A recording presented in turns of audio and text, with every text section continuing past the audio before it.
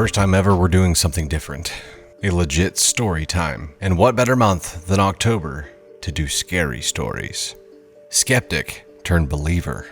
Been sitting on this story for a couple of years, and with it being the beginning of autumn, I figured it was the perfect time to share with all of you. A couple of years ago, my partner and I moved into a relatively old home that he had purchased for his parents in a small town in New Hampshire. The house was previously used as a separate apartment, so it was broken up into 3 different sections. There was the upstairs apartment, where my partner and I stayed at, along with one roommate.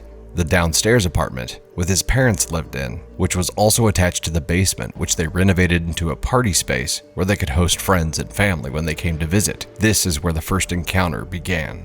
It was the middle of the summer, and my partner was inside with some of his family members watching TV in the basement, and I was in the backyard helping prepare some things for the dinner that we were all about to eat. Went from inside to the basement. I heard her yelling from both my partner, her, and other members of the family.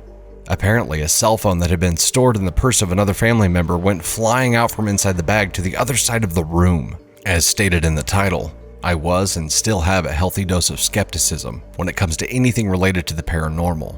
So naturally, I dismissed the phone as having been on vibrate, and maybe they received a notification which caused it to fall out of the purse. Previously should have mentioned that my parents' family are pretty big believers, so I figured they were exaggerating at the time. That was just the beginning of an assortment of strange events, all of which I was able to dismiss, such as finding pieces of jewelry that I distinctly remember placing in the jewelry box in strange places throughout my apartment, like finding necklaces in the kitchen cupboards with our dishware. There were countless times where our cats would stand to attention and both of their heads would turn, as if watching something pass through the room. Even if they were sleeping, they would suddenly wake and stand to attention, and this would happen every few days or so. Not to mention, my partner, roommate, who was a bigger skeptic than myself, and I always had the feeling of being watched ever since moving here.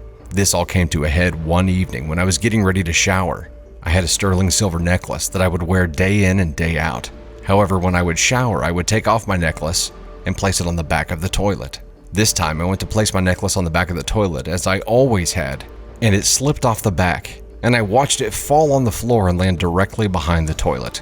Not wanting to grab the necklace, I decided to leave it there and take my shower. Mind you, the bathroom door was locked, and the cats were outside of the room, so no one was in or out during the time of my showering. Upon getting out of the shower on the bath mat outside my tub, my silver necklace lay in a straight line on the rug, about 4 feet from where it had previously fallen.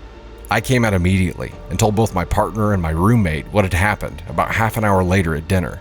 That's when our roommate had told us that a couple of weeks prior, when they were showering, they could have sworn they saw a face looking in from the window in our shower. My roommate was so convinced that they had confronted my partner about it, thinking that they had been pranking him. Mind you, the apartment was on the 2nd story, so there was no way that someone would have had access to that window. Needless to say, we are all firm believers now.